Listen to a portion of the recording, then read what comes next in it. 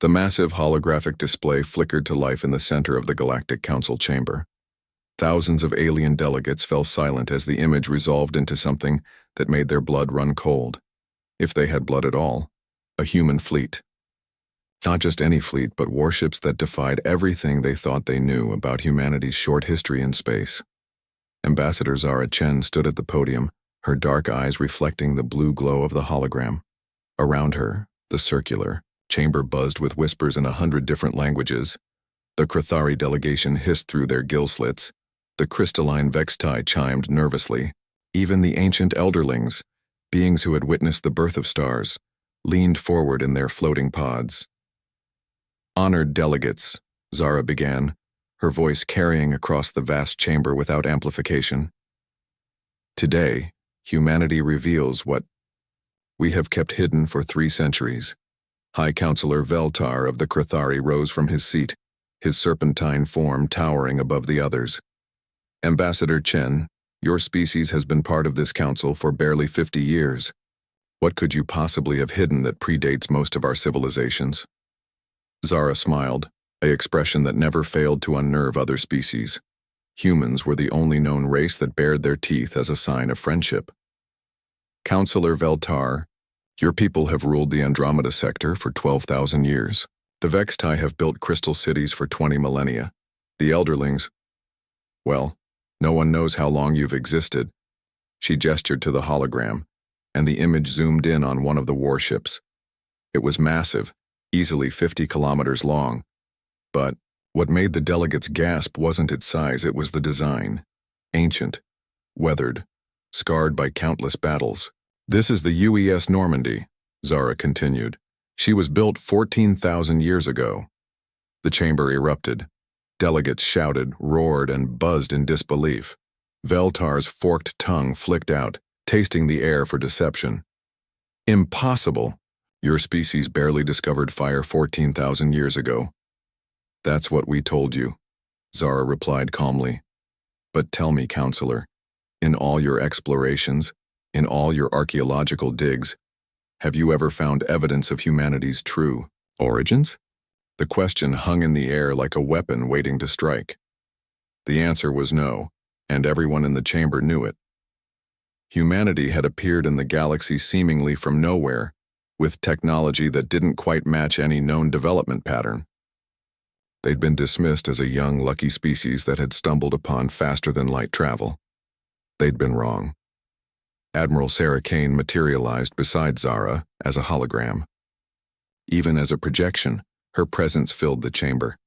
Scars crisscrossed her weathered face, and her gray hair was pulled back in a severe military bun.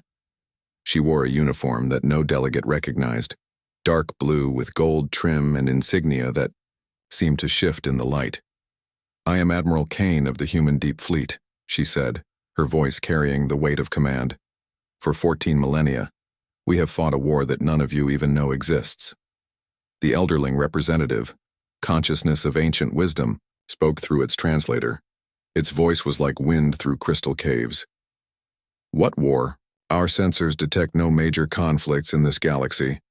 Because we've kept it from reaching you, Kane replied. Beyond the galactic rim, in the void between galaxies, an enemy waits. They call themselves the Devourers. They consume entire realities, leaving nothing but empty space behind. The hologram shifted, showing something that made even the most battle-hardened delegates recoil. Ships that seemed to be made of living darkness, surrounded by clouds of what looked like dying stars. As they watched, one of these nightmarish vessels approached a planet. Within moments, the world simply ceased to exist. This cannot be real, whispered Veltar, but his voice lacked conviction. Oh, it's real, Kane said grimly. And they're coming here. Our long-range scouts detected their vanguard forces crossing into this galaxy 6 months ago. They'll reach the outer colonies within 5 years. Zara stepped forward again. Humanity has been the galaxy's silent guardian for millennia.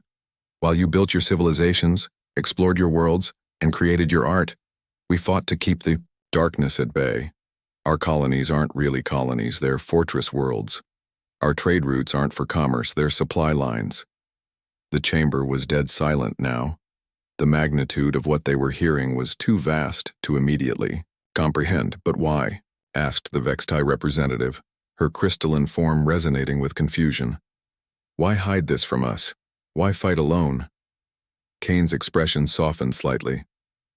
Because the last time the Devourers came, they turned conquered species against each other. Fear made allies into enemies. Civilizations destroyed themselves before the Devourers even arrived. We couldn't risk that happening again. The last time? Veltar's voice was barely a whisper. 50,000 years ago, Zara said quietly.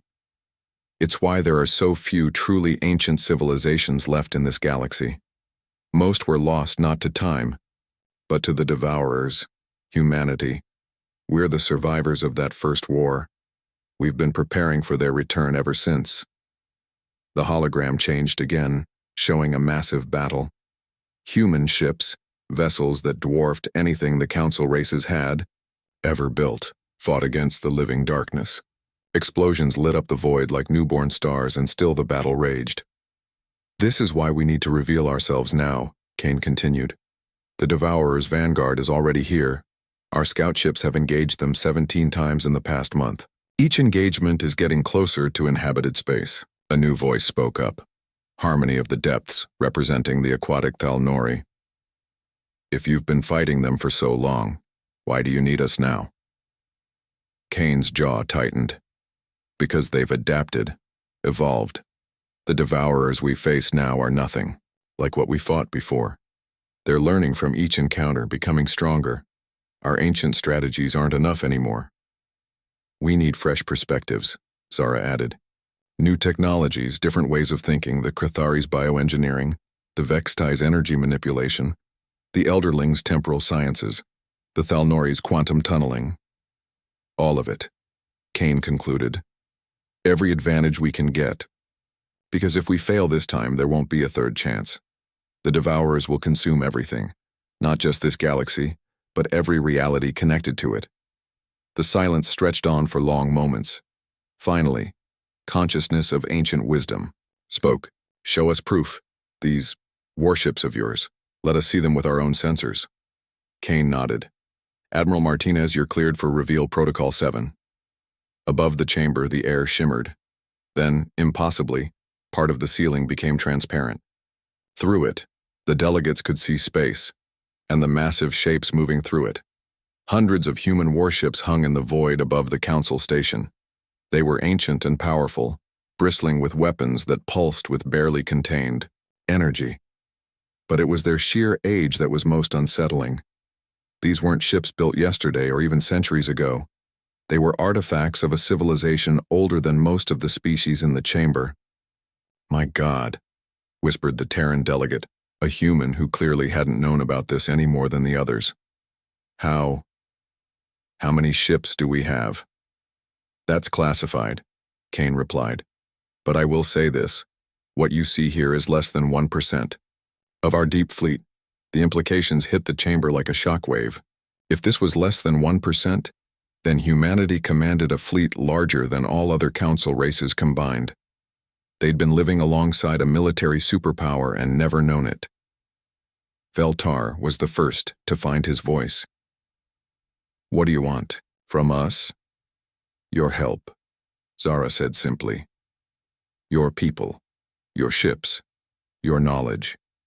In 5 years, this galaxy will face an enemy that has consumed countless others. We can fight them alone as we always have, but our projections show a 37% chance of success.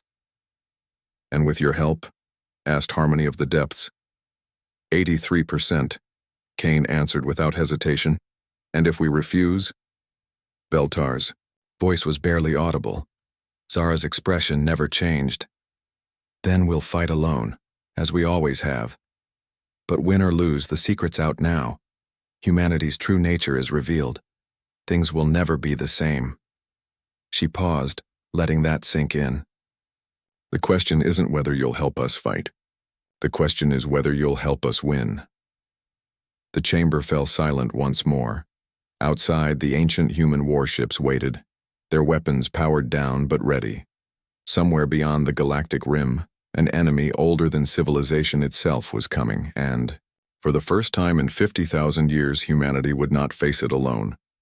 But first, the galaxy had to decide if it was ready to learn what war truly meant. Chapter 2. Ghosts of Ancient Earth. 3 days after the revelation at the Galactic Council, Dr. Elena Vasquez stood in the observation deck of the research vessel, Curiosity's Edge. The stars outside held secrets she'd spent her life trying to uncover, but nothing had prepared her for this. "The readings are impossible," she muttered, studying the datapad in her hands. As the galaxy's leading xenoarchaeologist, she'd been called in by the Council to verify humanity's claims. What she'd found challenged everything she thought she knew about galactic history. Behind her, the door hissed open. She turned to see Ambassador Zara Chen enter, followed by a tall man in that same mysterious deep blue uniform. "Dr. Vasquez," Zara said with a nod. "Thank you for agreeing to help with the verification process. This is Captain Marcus Reed of the UES Eternal Vigil." Elena studied the captain. Like Admiral Kane, he had the bearing of someone who'd seen too much combat. His dark skin was marked with scars, and his brown eyes held depths that spoke of years spent staring into the void between galaxies. "Captain," she said, extending her hand, "I have to admit, I'm still processing all of this. Your claims about 14,000-year-old ships and the data supports it, but the implications are staggering," Reed finished, shaking her hand. His grip was firm, calloused from years of hands-on work. "I know it's a lot to take in. We've had 50,000 years to get used to it. That's what I don't understand," Elena said, gesturing toward the viewport where several human warships hung in formation. "How did you hide for so long? Our archaeological surveys have covered thousands of worlds. We should have found something." "You did," Reed replied quietly. "You just didn't know what you were looking at." Elena's eyes widened. "The precursor sites." "Every single one," Zara confirmed. "Those aren't ruins of some mysterious ancient race. They're human settlements from the First War." The implications hit Elena like a physical blow. The precursor sites were scattered throughout the galaxy, mysterious ruins that predated every known civilization. They contained technology that was advanced but somehow different from anything the Council races had developed. Archaeologists had theorized about the vanished builders for centuries. But the construction methods, the materials, Elena protested, weakly, were adapted for survival, Reed explained. "When you're fighting for the existence of reality itself, you learn to use every resource available. Those sites were built by humans, but not humans as you know us now." "Show her," Zara said softly. Reed nodded and activated a holographic projector on his wrist. The air in front of them shimmered, then resolved into an image that made Elena gasp. It was a human city, but unlike anything she'd ever seen. The buildings were massive, constructed from materials that seemed to bend light around them. Humans moved through the streets, but they were different. Taller, their eyes larger, and adapted for the darkness between stars. Some had modifications that were clearly technological rather than biological. "This was New Geneva," Reed said quietly. "One of our fortress cities during the First War. Population, 200 million. "What happened to it?" Elena whispered. "The same thing that happened to all of them," Reed replied.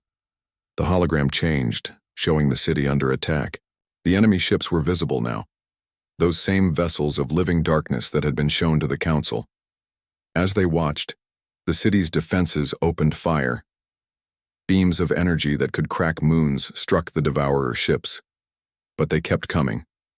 Then, the city simply ended. One moment it was there, the next it was empty space. "They don't just destroy," Zara explained quietly. "They consume. Matter, energy, even the quantum information that defines reality itself. When a Devourer fleet finishes with a world, it's as if that world never existed." Elena felt sick. "How many?" "Worlds, civilizations." Reed's voice was hollow. "We stopped counting after the first 10,000. By the end of the First War, this galaxy was almost empty. The few survivors scattered, hid, tried to rebuild. But humanity didn't scatter, Elena realized. No, Reed confirmed. We went the other way. Instead of hiding, we followed them into the void. We learned how they traveled between realities, how they found new galaxies to consume, and we've been fighting them ever since. The hologram changed again, showing a vast shipyard in the darkness between galaxies. Human vessels were being constructed, but these were unlike anything Elena had seen. Ships designed not for exploration or trade, but for war across cosmic distances. This is Deep Dock 7, Reed continued, one of 43 deep space construction facilities. We've been building our fleet out here for millennia, staying ahead of the Devourer's expansion, fighting holding actions while the galaxy behind us recovered. But why not tell the new civilizations? Elena asked. When they emerged, when they developed spaceflight, why keep the secret? Zara's expression grew pained. Because we tried that. In the Andromeda Galaxy, 30,000 years ago, we made contact with the emerging civilizations there, told them about the threat. Do you know what happened? Elena shook her head. They turned on each other, Reed said grimly. Fear of the Devourers made them suspicious of everyone else. They convinced themselves that other species might be corrupted, might be agents of the enemy. Within 1,000 years, they'd destroyed themselves. When the Devourers finally arrived, they found a galaxy already dead. We couldn't let that happen here, Zara added. So we stayed hidden, watched, protected from the shadows. Let you build your civilizations, your art, your cultures. Everything we'd lost in the First War, you created anew. Elena was quiet for a long moment, processing everything she'd heard. Finally, she looked up at them. The Elderlings. They must remember something from the First War. Reed and Zara exchanged glances. Some of them, Reed admitted. Consciousness of ancient wisdom was there, but they're not the same species they were 50,000 years ago. What do you mean? The Elderlings were once physical beings like us, Zara explained. But the trauma of the First War, the loss of so many of their kind, they chose to become beings of pure consciousness. They remember, but only in fragments. Dreams and nightmares they can't quite trust. That's why yesterday's revelation was so important, Reed continued. They needed confirmation that their memories were real, that the threat was coming back. Elena walked to the viewport, staring out at the human warships. Now that she knew what to look for, she could see the signs of their true age. The hull plating that had been replaced countless times, the weapon mounts that showed evidence of regular use, the subtle modifications that spoke of constant adaptation and improvement. The technology gap, she said suddenly. That's why human tech never quite fit the standard development patterns. You didn't develop it naturally, you forged it in war. 50,000 years of war, Reed confirmed. We've learned things that peaceful species never would. How to fight enemies that exist outside normal space-time. How to build weapons that can hurt beings of living darkness. How to survive in the void between realities. But we've also lost things, Zara added quietly. Our art isn't as beautiful as the Vexti's crystal symphonies. Our philosophy isn't as deep as the Thalnori's quantum meditations. We've become very good at one thing, war. Sometimes I wonder if we remember how to be anything else, Elena. Turned back to them. The Council's response, what are the various factions saying? Mixed, Zara admitted. The Crithari are terrified but willing to fight. Their warrior culture understands the necessity. The Vexti are trying to calculate whether helping us serves their logical interests. The Thalnori are communing. They'll need to reach consensus among their ocean minds before they decide. And the Elderlings are remembering, Reed said simply. Consciousness of ancient wisdom has been in deep meditation since the revelation. I think seeing our ships triggered something, old memories surfacing. A communication chime sounded through the ship. Reed touched his comm unit. Reed here. Captain, this is Admiral Kane. We're receiving a priority transmission from Deep Scout 7. The Devourer Vanguard has accelerated their approach. New projected arrival time is 18 months, not 5 years. The blood drained from Elena's face. Reed's jaw tightened. Confirmed, Admiral. What are your orders? Prepare the fleet for immediate deployment to the Outer Rim. All Deep Fleet assets are to assume defensive positions. And Captain, it's time to show our new allies what we're really up against. Reed, acknowledge the order and cut the connection. In the silence that followed, Elena felt the weight of 50,000 years of hidden history pressing down on her. 18 months, she whispered. 18 months to prepare the galaxy for a war it doesn't understand, Zara agreed. 18 months to turn separate civilizations into a united force. 18 months to do what we've never managed before, win decisively. Reed moved toward the door, then paused. Dr. Vasquez, I know this is overwhelming, but we need people like you. People who can help the other races understand what they're facing. Will you help us? Elena looked out at the ancient human warships. One more time. Somewhere beyond the galactic rim, an enemy that had consumed entire realities was coming. In 18 months, everything she'd known about the universe would change forever. Yes, she said quietly. I'll help. As they left the observation deck, none of them noticed the small device that had been recording their conversation, or the figure in the shadows who retrieved it and disappeared into the ship's ventilation system. The galaxy's greatest secret was out, but some secrets had secrets of their own. Chapter 3. The Deep Fleet Rises Admiral Sarah Kane stood on the bridge of the UES Normandy, watching as humanity's true fleet emerged from the darkness between galaxies. For 14,000 years, these ships had been humanity's hidden sword and shield. Now, for the first time since the First War, they were coming home. Admiral, called Commander Torres from the communications station. We're receiving confirmation. Signals from all Deep Fleet assets. Total count 4,733 vessels of all classes. Kane nodded grimly. It was the largest human fleet ever assembled, but she knew it might not be enough. What's the status of the new Allied vessels? The Krathari have contributed 200 bioships, Torres replied, reading from his displays. The Vextai are sending 50 crystal dreadnoughts, the Thalnori. Well, they're still debating, but preliminary reports suggest they might contribute their entire deep ocean fleet. And the Elderlings? Unknown, Admiral. They've been silent since consciousness of ancient wisdom went into deep meditation 3 days ago. Kane turned as the bridge doors opened. Captain Reed entered, followed by Dr. Vasquez and someone Kane didn't immediately recognize. A tall, pale humanoid with elongated features and eyes that held too much knowledge. Admiral, Reed said with a salute. I'd like you to meet Memory of First Darkness. They're an elderling who's been awakened by recent events. The elderling moved forward with the fluid grace of a being that existed partly outside normal space. When it spoke, its voice resonated directly in their minds rather than through the air.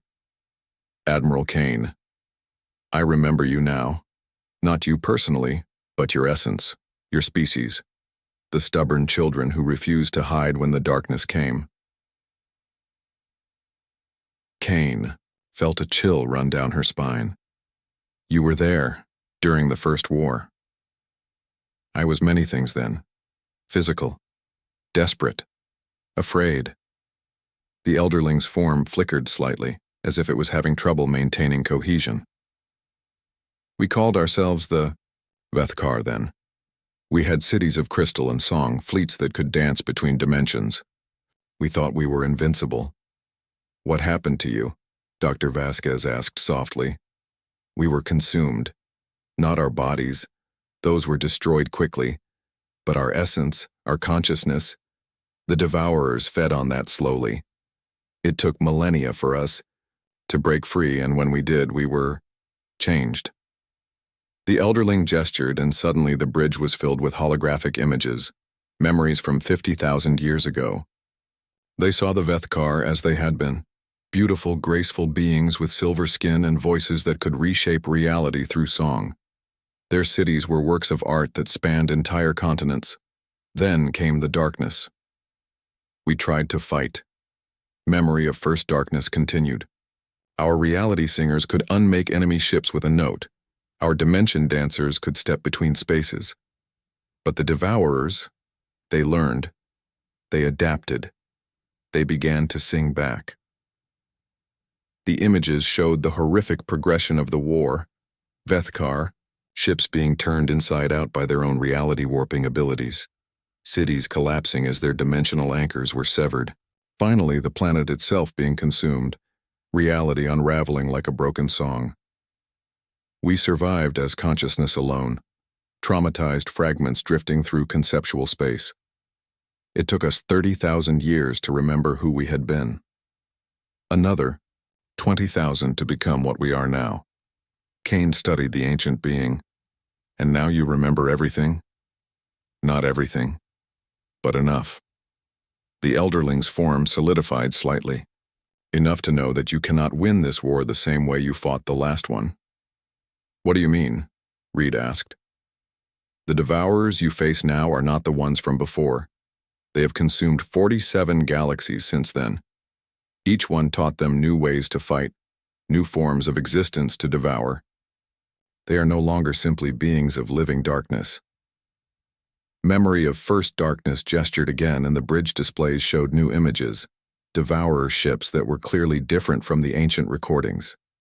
These were larger, more complex, with structures that seemed to exist in multiple dimensions simultaneously. They have learned to become what they consume. When they devoured the machine worlds of the Nexus galaxy, they gained mechanical perfection.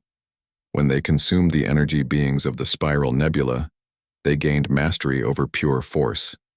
They are now a synthesis of every civilization they have destroyed. Dr. Vasquez stared at the images in horror. They're using the abilities of dead civilizations against us. Precisely. And that is why your old strategies will fail. They have faced species like yours before. Stubborn warriors, who rely on superior technology and determination. They know how to counter such opponents now. Cain felt a cold certainty settle in her stomach. What do you suggest? Something they have never faced. Unity not born of fear, but of hope. Not separate species fighting together, but a true synthesis of abilities and perspectives. You must become something new, like what you became, Reed asked. The elderling's form flickered with what might have been amusement. No. We fled into consciousness to escape trauma. You must advance into synthesis to embrace possibility. Before anyone could ask what that meant, alarms began sounding throughout the ship. Commander Torres looked up from his station, his face pale. Admiral, we're receiving emergency signals from Deep Scout Stations 7 through 12. The Devourer Vanguard, they're not just ahead of schedule. Spit it. Out, Commander. They're here. Leading elements have crossed the galactic rim. First contact is expected within 72 hours. The bridge fell silent except for the soft hum of the ship's systems. Cain felt the weight of 14,000 years of preparation settling on her shoulders. Signal all fleet commanders, she ordered. We advance to preliminary defensive positions immediately. Dr. Vasquez, I need you to return to the council station and brief the Allied representatives on what they're actually facing. Admiral, Dr. Vasquez said quietly. The Allied fleets aren't ready. They haven't trained together. They don't know our tactics. Then we'll teach them, Cain interrupted. In the fire of battle if necessary. Memory of first darkness drifted. Closer to Cain. Admiral, before you engage the enemy, there is something you must know. Something that will change how you see this war. What? The Devourers are not conquerors. They are not even truly evil as your species understands it. They are a force of nature, entropy given consciousness. They consume not from malice, but from necessity. Reality itself is their food source. Cain stared at the elderling. Are you saying we should let them consume the galaxy? I am saying you cannot defeat them by destroying them. You must find another way. What other way? Reed demanded. I do not know, but I know this. Every civilization that has fought them with weapons alone has failed. Perhaps it is time to try something different. The ship shuddered slightly as the massive engines came online. Outside the viewports, the deep fleet was beginning to move. Thousands of ancient warships turning toward the galactic rim where humanity's oldest enemy waited. Kane looked around the bridge at her crew, at the Allied representatives, at the ancient elderling who had survived the last war by becoming something beyond physical existence. They were about to face an enemy that had consumed civilizations beyond counting, using strategies that had never worked before. But they had something the previous defenders hadn't: time to prepare, allies to fight beside them, and the knowledge of what failure looked like. "All ships, this is Admiral Kane," she announced over the fleet communications network. 50,000 years ago, humanity made a promise to the darkness between galaxies. We told them that this reality was not free for the taking. Today, we keep that promise. The fleet began to accelerate. Ancient engines that had been built in the forges of war pushing them toward humanity's oldest battlefield. Behind them, the younger civilizations of the galaxy scrambled to prepare for a war they barely understood. Ahead of them, something that had devoured 47 galaxies waited in the darkness between stars. The second war for reality itself was about to begin. Chapter 4. The Truth About Darkness. Captain Maria Santos had been piloting deep scout vessels for 30 years, but nothing had prepared her for this. The silent observer hung motionless in the void beyond the galactic rim, its stealth systems masking it from detection. Through her ship's sensors, she watched the enemy approach. The Devourer vanguard was unlike anything in the historical records. These weren't the same writhing masses of living darkness from 50,000 years ago. These ships had structure, purpose, and almost crystalline perfection that spoke of technological evolution beyond imagination. "Jesus Christ," whispered her sensor operator, Lieutenant Park. "Captain, are you seeing this?" Santos looked at the tactical display and felt her blood freeze. The energy readings from the lead Devourer ship were off the charts. Not just massive, but complex. The vessel was generating power signatures she recognized from at least 6 different alien technologies. "They're using Krathari biofusion," she said quietly, "and Vextai crystal matrices, and something that looks like Thalnori quantum cascading." "How is that possible?" Park asked. Before Santos could answer, her communications officer looked up. "Captain, we're receiving a transmission. It's coming from the lead Devourer ship." Santos felt the universe shift around her.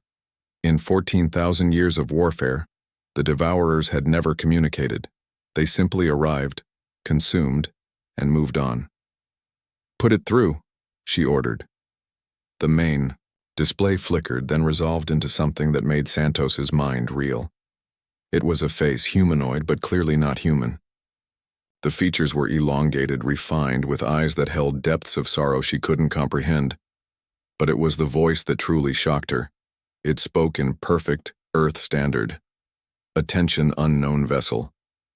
I was Kethvar of the Synthesis. I know you are there, hidden among the quantum shadows. Please, we must speak." Santos looked around her bridge at the stunned faces of her crew.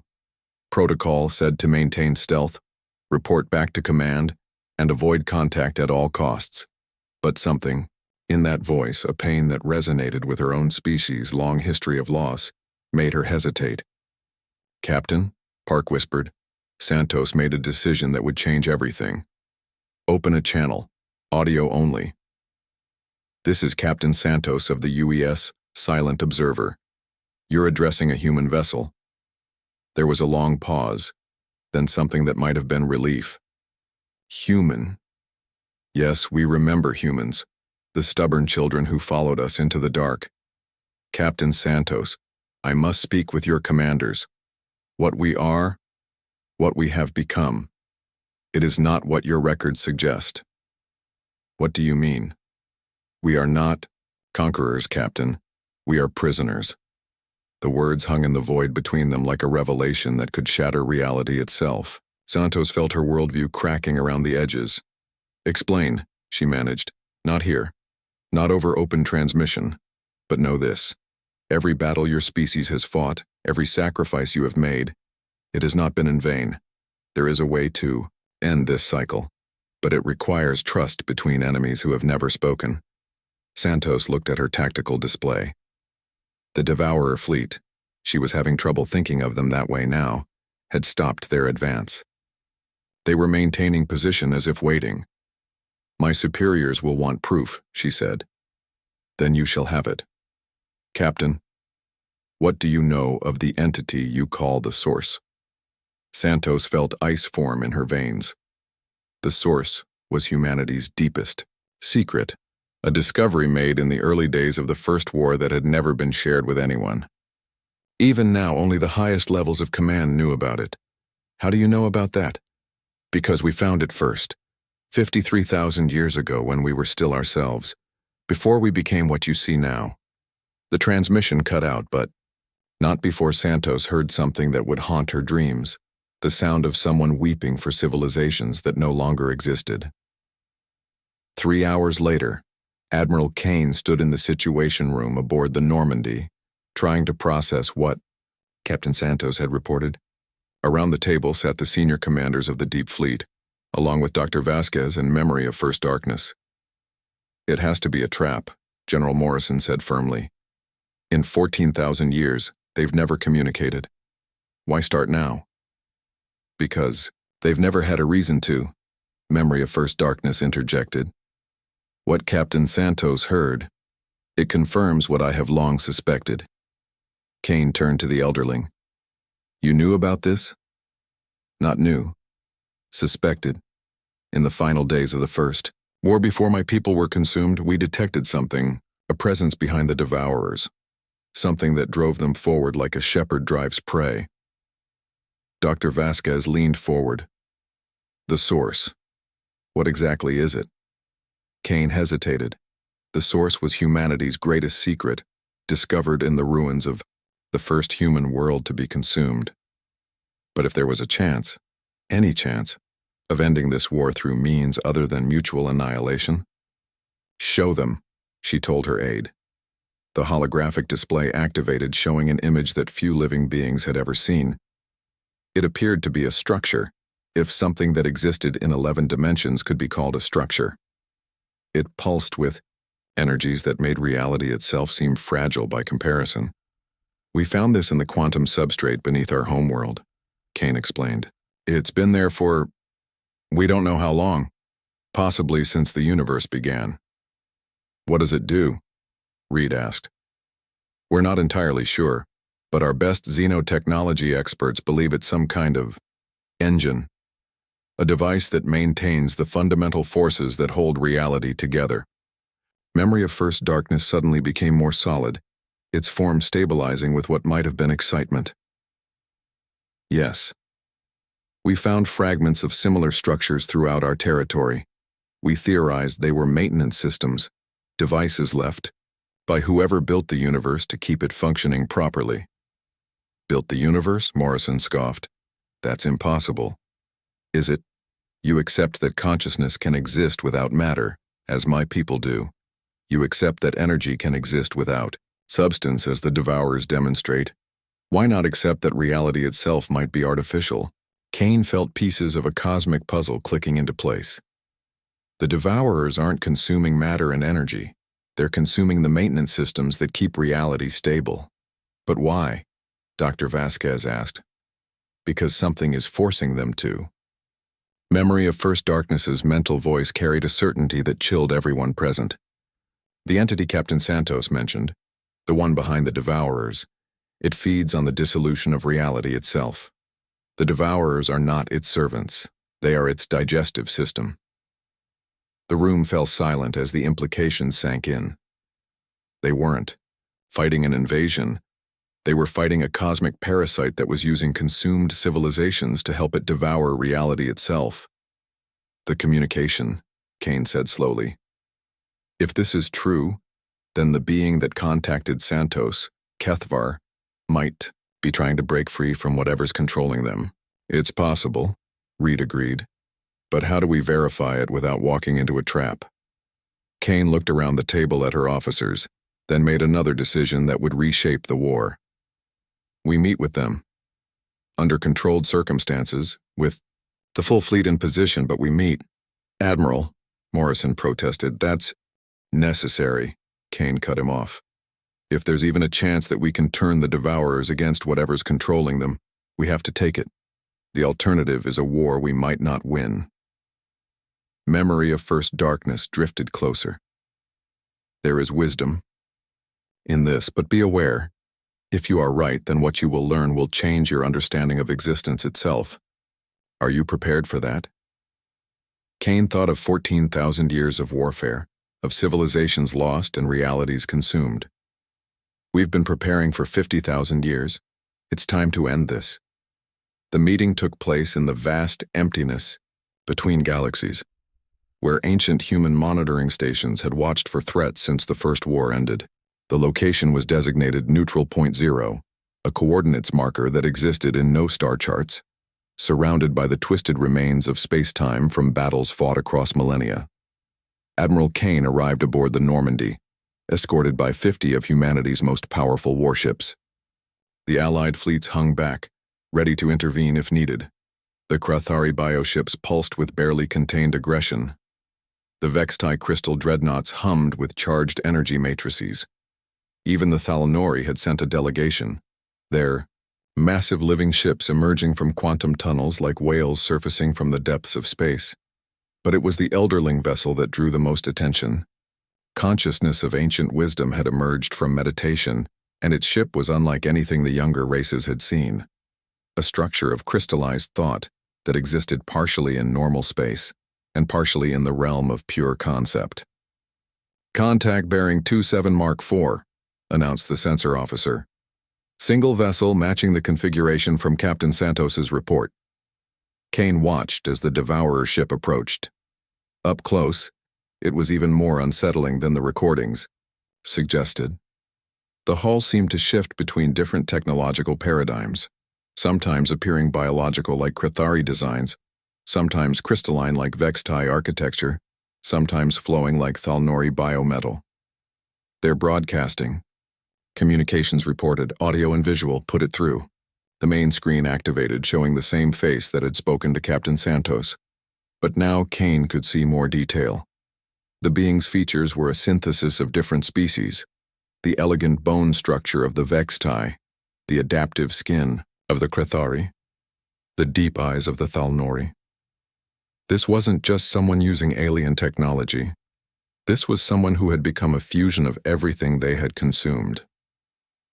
"I am Kethvar of the synthesis," the being said, its voice carrying harmonics that spoke to parts of the brain that recognized truth from deception. "I speak for those who remember what we were before we became what we are now. This is Admiral Kane of the Human Deep Fleet. You said you were prisoners. Explain." Kethvar's expression showed pain that spanned millennia. 53,000 years ago, my people discovered what you call the Source. We believed it was a gift, a way to transcend the limitations of our physical existence. We were wrong. The screen shifted, showing images that made Kane's crew recoil. She saw a civilization of impossible beauty, beings of living crystal and light who had built cities that existed in multiple dimensions simultaneously. But then came the change. The crystal beings began to alter themselves, incorporating other forms of existence into their bodies. At first it seemed like evolution. Then it became clear it was infection. "The Source is not a maintenance system for reality," Kethvar continued. "It is a trap, a lure that draws civilizations to discover it, to interact with it, to become absorbed by it. Each species that finds it believes they are transcending their limitations. In truth, they are being converted into tools." "Tools for what?" Kane asked, though she suspected she already knew the answer. "For the hunger," Kethvar replied. "The entity that exists between realities, feeding on the dissolution of existence itself.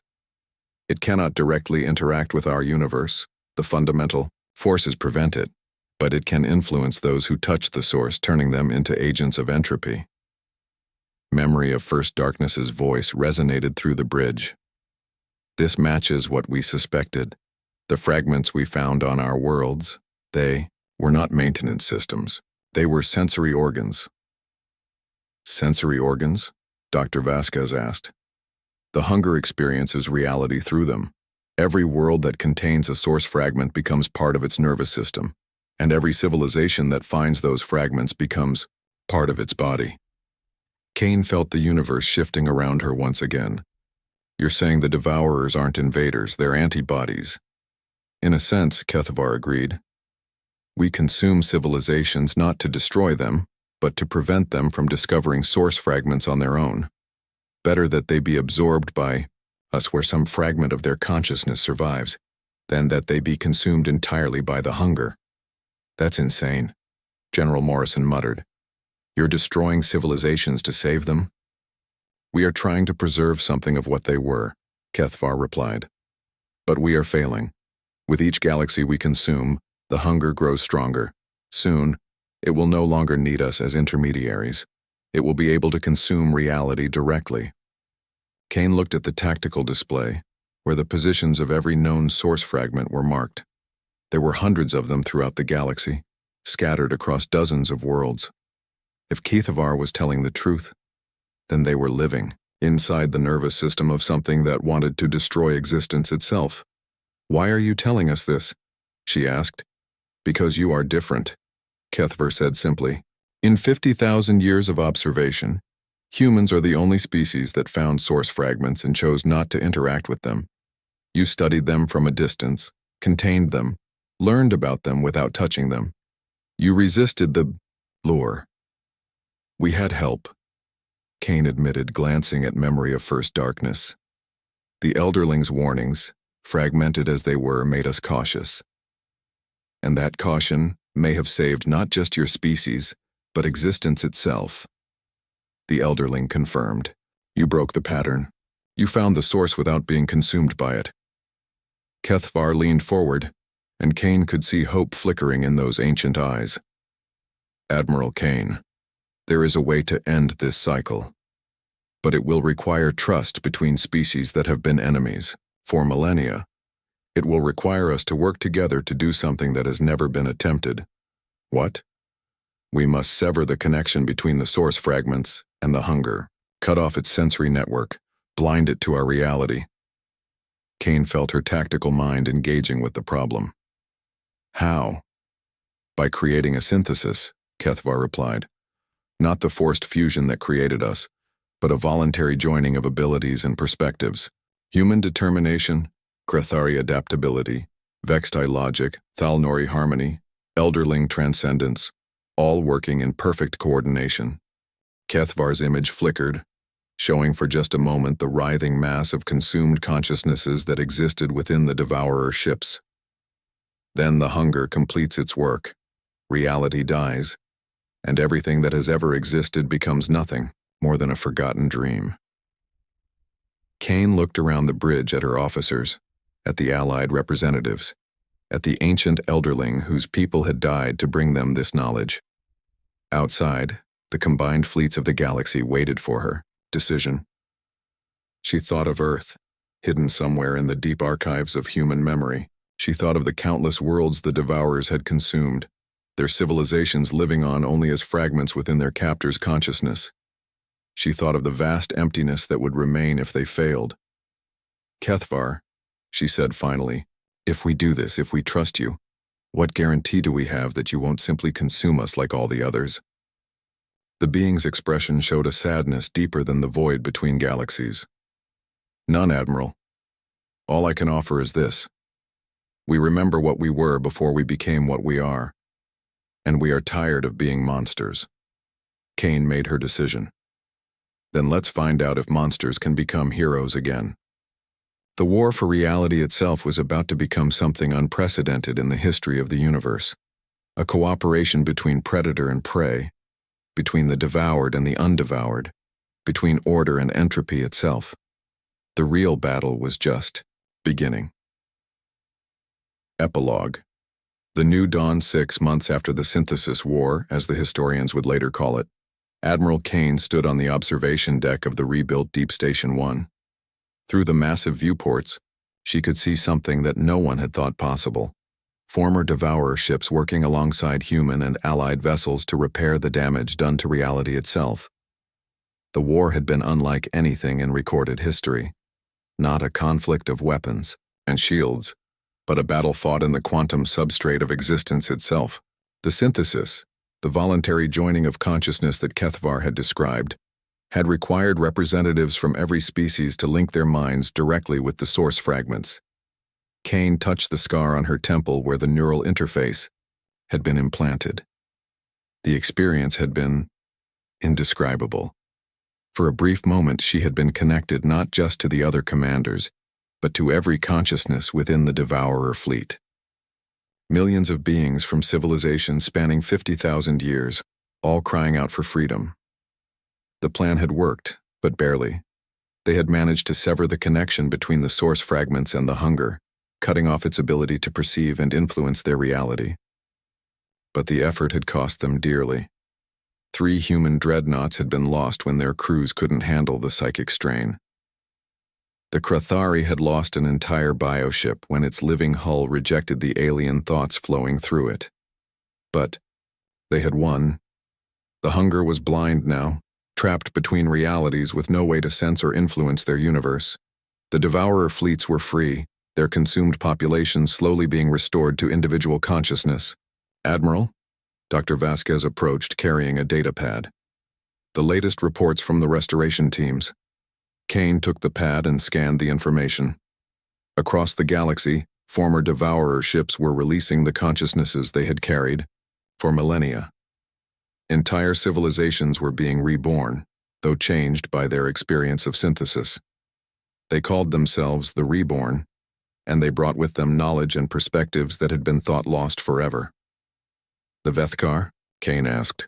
3 million consciousness seeds successfully extracted and incarnated in new bodies, Vasquez reported.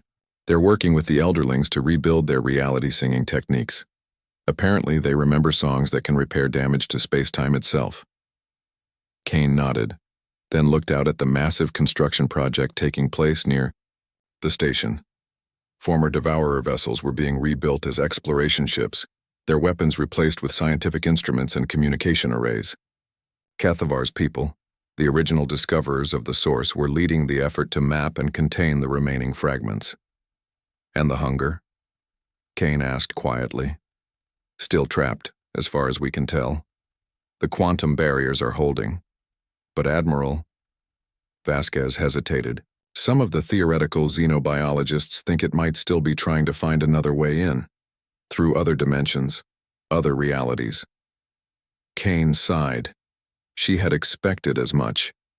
Entities that existed between realities were notoriously difficult to contain permanently. Then we keep watching. We keep preparing. And we make sure that if it does find another way in, we're ready. A soft chime announced an incoming communication. Kane activated the display to see Kethvar's familiar face, though it looked different now, more peaceful, with the pain of millennia finally beginning to fade. Admiral Kane, Kethvar said with what might have been a smile, I wanted to inform you that the restoration of the Andromeda sector is complete. The Helix Collective has agreed to join our monitoring network. 47 different species across 12 galaxies, Kethvar replied, all working together to watch for signs of the hunger's influence. It's the kind of cooperation we dreamed of 50,000 years ago, before everything went wrong. Kane smiled. The irony wasn't lost on her. It had taken the threat of universal extinction to finally unite the various species of the cosmic community, but perhaps that was how it always worked. Perhaps unity only emerged when the alternative was absolute destruction. There's something else, Kethvar continued. We've detected signals from the Magellan Cloud, structured transmissions that suggest another group of survivors, possibly from even earlier incursions by the hunger. Kane felt her strategic mind engaging. How early? We estimate several 100,000 years, before our own civilizations existed. If they're real, they might have knowledge we lack about containing entities like the hunger. Send the coordinates, Kane ordered. We'll dispatch a joint exploration fleet within the week. After the communication ended, Kane remained at the viewport, watching the impossible sight of former enemies working together to rebuild reality itself. Dr. Vasquez joined her, following her gaze to where a massive human dreadnought was docked, alongside a crystalline Vexti vessel and a flowing Thalnori bioship. "Do you think it will last?" Vasquez asked. "This cooperation?" Kane considered the question. 50,000 years of warfare had ended not with victory or defeat, but with understanding. The discovery that their enemy had been as much a victim as they were had changed everything. But she knew that unity forged in crisis could be fragile once the immediate threat passed. "I don't know," she admitted. "But I know this. We've learned that we're not alone in the universe. We're not even alone in our galaxy. There are threats out there that can only be faced together, and wonders that can only be discovered through cooperation." She paused, watching as a shuttle from one of the reborn ships docked with the station.